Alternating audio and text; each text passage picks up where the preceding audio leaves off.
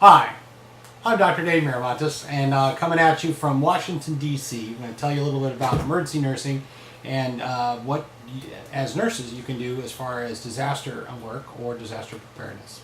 So, a little bit about me. I was an EMT and medic before I went to nursing school in California, and was a nurse for over 10 years in ERs and ICU. And I then went to medical school, and I'm a physician trained in emergency medicine, and worked at St. Vincent's Mercy Medical Center for over 14 years. Now I'm the medical director of DC Fire and EMS, and also still part of a disaster team for the Department of Health and Human Services. So today I'm going to tell you about a couple of different things you can do to be involved with disaster medicine as a nurse, and we'll go from there. So a couple level things you can do.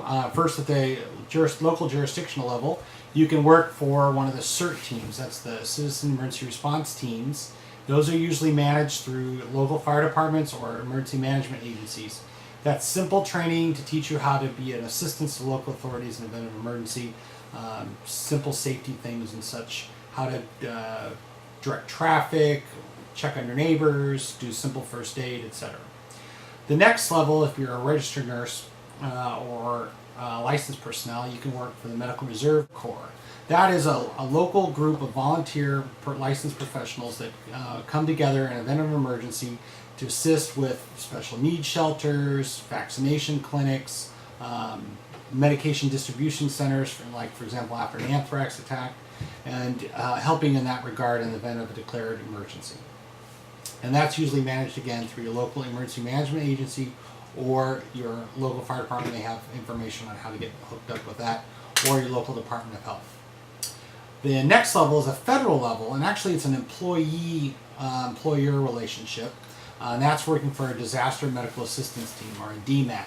And DMATs are functioned in of multiple personnel and professionals that work together as a team to go to the site of a disaster or a national security event and provide medical care. It's good medicine, bad places. And you get to travel to various areas. Typically we go to hurricanes, inaugurations, the Democratic National Convention, those types of activities. And then you function as a nurse in that emergency mode as a federal employee. So the way you go about doing that, in fact in Toledo, the local DMAT is the Ohio 1 DMAT. The offices are based over at Owens Community College. We can give you links and such at the end of this lecture to get hooked up in that regard. It's a member of about 150 people that come together. They meet usually once a month. Most of the training is done online and or going to exercises that occur throughout the year. As a federal employee, you're covered under the Tort Claims Act, so there's no malpractice issues, and your license goes wherever you go. So as long as you have one unrestricted license, you can go to any state or territory within the United States as an employee of HHS or Health and Human Services on a DMAT. You are paid for your service in this regard and paid for some of your training. And you're also covered by workman's compensation, unlike the MRC where you may not have a lot of these coverages. And you're paid at a modest rate, typical to most nursing wages. Usually the team consists of command staff, communications, security, pharmacy, respiratory therapy, nursing, paramedics, EMTs, physicians and physicians assistants, as well as IT personnel and nurse practitioners. You usually function as a team or of 35, a team of 50, or as a small team of 12-member strike teams to do smaller missions.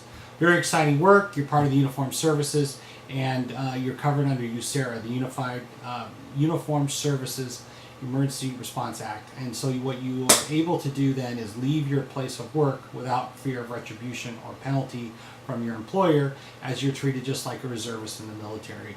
When you come back, your job resumes as normal with no penalty. You don't have to take vacation time or sick leave or anything like that.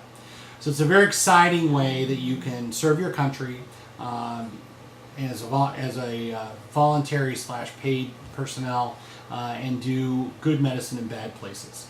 Some other deployments I've been is Hurricane Pongsonghua in Guam.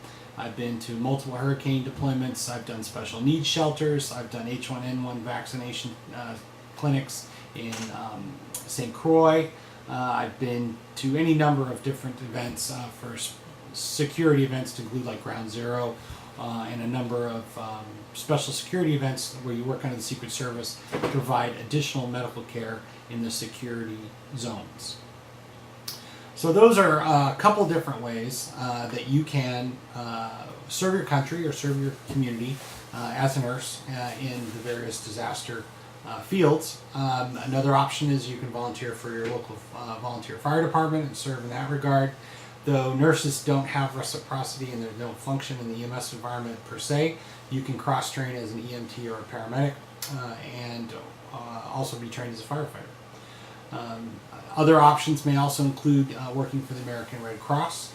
They're more of a supportive role and they don't do a lot of active medical care, but they're another resource for volunteering or getting involved in disaster medicine. They provide very good baseline training before you're ever deployed.